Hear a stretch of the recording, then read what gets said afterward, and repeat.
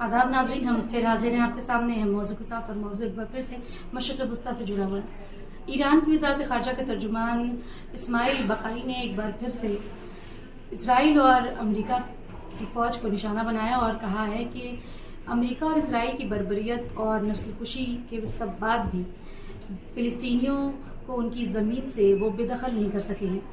उनका कहना था कि 15 महीने की नस्लकुशी और बर्बरियत के बाद भी इसराइल की जो फ़ौज है उसका मंसूबा कामयाब नहीं हो सका है, और इसराइल और अमेरिका का मंसूबा कभी भी कामयाब नहीं हो सकता, क्योंकि जो फ़िलिस्तीनी हैं वो अपनी ज़मीन से कभी भी बेदखल नहीं हो सकते और उनकी जो क़ुव्वत इरादी है वो दुनिया देख रही है और हमेशा वो कामयाब होंगे।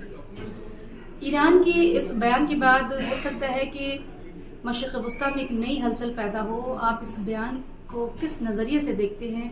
फ़िलिस्तीनियों को उनका हक़ मिलना चाहिए या अमेरिका और इसराइल की जो बर्बरियत है वो ख़त्म होनी चाहिए कि नहीं? आप हमें अपनी राय से कमेंट सेक्शन में ज़रूर नवाजें और देखते हुए हमारा चैनल न्यूज़ 18 उर्दू और दें इजाज़त। खुदा हाफ़िज़।